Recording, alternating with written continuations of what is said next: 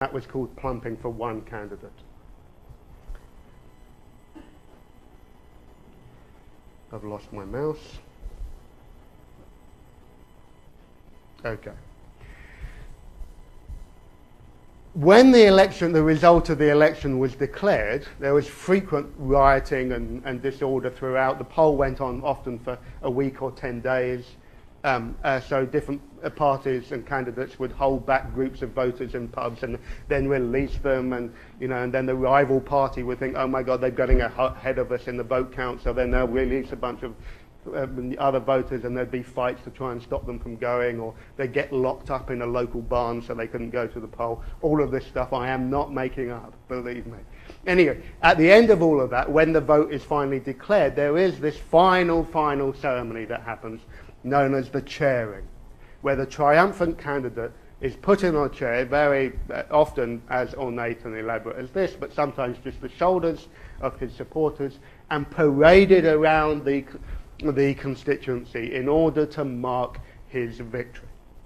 Now, it was meant to be an occasion in which the community came together after the rancorous divisions of, a divisive electoral contest. And it was meant to be everyone in the community to get behind and support this person. But as you can see from this image, that was rarely the case. And indeed, a very popular sport was the attempt to try and dislodge this person that you had just elevated to the height of a member of parliament to see if you could get his often fat ass into the mud. And note here also that we again have women and children involved, that there are pigs running around, and that there is violence and disorder. Okay, this is not an electoral process that looks very familiar today. Okay, so I did promise you that I was going to show you this clip of Hugh Laurie, aka House, and Rowan Atkinson, aka Mr. Bean, talking about how they were going to fix an election, and I'm going to show you this in the next slide. Just a little bit of contextualization. The clip is set in the 1820s, okay, when the future George IV is basically sitting on the throne because his father's insane. George III has gone mad. So they have this period called the Regency, where George IV is basically, the surrogate thing. And Rowan Atkinson is his sort of butler stroke advisor, okay? And they are talking about how they can best buy a seat, okay? Buy a constituency, because there's been something and they need to get a representative elected to represent their cause in Parliament. Okay, so you're going to see a very, very theatrically exaggerated account of the sort of corruption and chicanery of the unreformed political system. Buxomly, roaringly splendid to have you here. How are you, sir? Heartily well, Your Highness. I dined hugely off a servant before I come into town. You eat your servants? Yes, sir. I eat off them. Why should I spend good money on tables when I have men standing idle? Why, indeed. Now, I dare say you've heard of Mr. Pitt's intentions. Young scallywag! So you don't approve of his plans to abolish me, then? I do not, sir. Damn his eyes! Damn his breeches! Damn his duck pond! Well, hurrah for that! I care not a jot that you are the son of a certified sauerkraut-sucking loon. Oh, thank you, sir. It minds not me that you dress like a mad parrot and talk like a plate of beans negotiating their way out of a cow's digestive system. It is no skin off my rosy nose that there are bits of lemon peel floating down the Thames that would make better regents than you. Oh, bravo! The fact is, you are regent. Yes, I am. Appointed by God.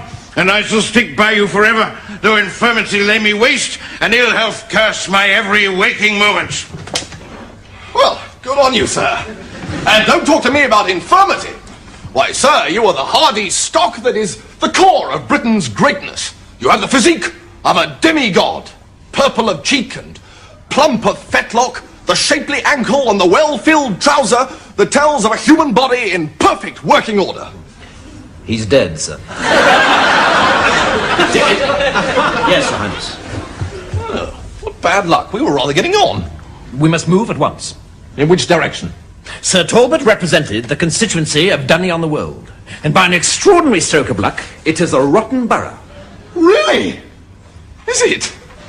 Well, lucky us. lucky luck. Luck.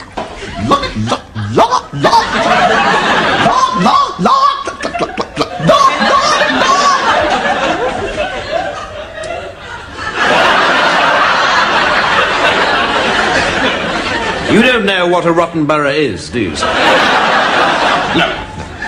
So what was the chicken impression in Adolf? Well, I just didn't want to hurt your feelings. So, what is a robber button? A rotten borough. A rotten borough, sir, is a constituency where the owner of the land corruptly controls both the voters and the MP. Good. Yes. And a robber button is? Could we leave that for a moment? Dunny-on-the-Wold is a tuppenny halfpenny place. Half an acre of sodden marshland in the Suffolk Fens with an empty town hall on it. Population, 3 rather mangy cows, a dachshund named Colin, and a small hen in its late 40s. So, no people at all then? Apart from Colin? Colin is a dog. Only one actual person lives there, and he is the voter. Well, right, so what's the plan? We must buy Dunny-on-the-Wold at once, and thus control the voter. I shall need £1,000. £1,000? I thought you said it was a tuppenny halfpenny place. Well, yes, sir, the land will cost twopence halfpenny, but there are many other factors to be considered. Stamp duty, window tax, swamp insurance, hen food, dog biscuits, cow ointment. The expenses are endless. Fine, well, the money's in my desk. No, sir, it's in my wallet. Oh, splendid. No time to lose, eh? My thoughts precisely, sir. Yeah. The only question is who to choose as MP. Ah, tricky. What we need is an utter unknown, yet someone over whom we have complete power. A man with no mind, with no ideas of his own. One might almost say, a man with no brain. Well, any thoughts? Yes, Your Highness. Rang, my lord. Meet the new Member of Parliament for Dunny-on-the-Wold. But he's an absolute arsehead. Precisely, sir. Our slogan shall be, a rotten candidate for a rotten borough. Warwick, I want you to go back to your kitchen sink, you see, and prepare for government. Right, now all we have to do is fill in this MP application form. Name, Baldrick. First name? I'm not sure. You must have some idea. Well, it might be sod off. Well, when I used to play in the gutter, I used to say to the other snipes, hello, my name's Baldrick, and they'd say, yes, we know, sod off, Baldrick. All right. Mr. S. I could show you that for hours, but alas, I don't have time to do that. But you get the idea, yeah? Now, there are 56 of these so-called rotten boroughs in the electoral system before the reform of 1832. 56 of them. And they return something like 111 members for Parliament. Okay? And they really were. I mean, this was a slight exaggeration, but they really were tiny numbers of people electing a vast, almost a fifth of the Houses of Parliament, and therefore highly vulnerable to corruption and to bribery. And interestingly, many of them were geographically concentrated in the south and the southwest. Okay, whereas the population growth, as you know, is predominantly now focused in the urbanizing and industrializing north.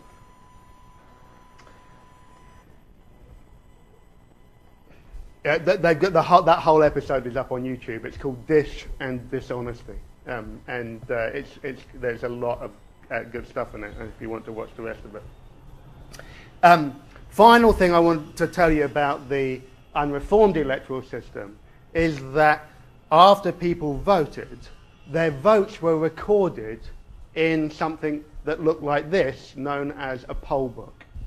Okay. So it wasn't just that everyone, or many people were watching how you cast your vote.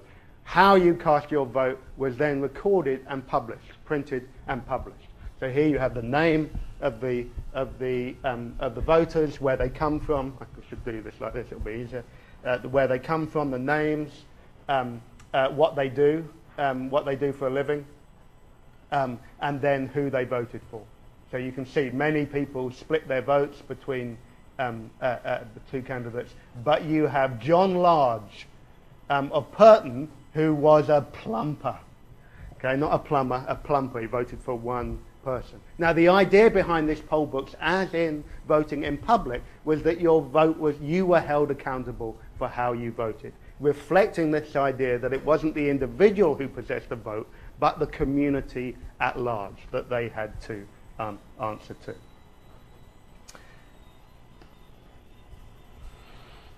Now, I'm going to talk to you now about how that system was reformed. And now you should, I'm not going to go through the handout. Everyone has a copy of the handout. This is a very a dense and detailed handout. And I'm not going to go through it with you bit by bit, but everything that I'm talking about now is on this handout. And over the years, I've marked up the little places that you need to pay specific attention to that will correspond to what it is that I'm saying. So the first question is, who got to vote, where and when? Now, in the unreformed system, there was a variety of different ways in which you could qualify to vote. In some boroughs, you got a vote just because you lived there. In others, you got a vote if you're a member of a specific trade. In others, you got it if you lived in a specific house. In others, you got it depending on how much property you owned in the constituency. Okay, so a vast array of different qualifications in order to vote. In 1832, the Reform Act is introduced, and what that does is create two standard definitions of who could vote, making a distinction between those who could vote in towns, known as boroughs, and those who could vote in counties, which were the rural constituencies. You can see, this is under franchise qualifications and under the Reform Act of 1832, that in both cases what happens here is that the right to vote is linked to two critical issues: to the amount of property that you possess, okay, so that's a uniform definition, and to your gender. That is to say, that 1832 stipulated for the first time ever that only male persons could vote. In the unreformed system, there were some women property owners who, or residents of certain places that got to vote. Not in large numbers, but still they got to vote. The Reform Acts that follow the 1832 Reform Act in 1867 and 1884 basically expand that definition of vote. They lower the property qualification, so more and more people are included. And as a consequence, the electorate grows as you see on this graph, from something like 5% of the adult population in 1831, before the Reform Act, and then in 1867 grows from it's about 12%, I think, when basically the urban working class begins, the respectable urban working class get the vote. 1884 basically enfranchises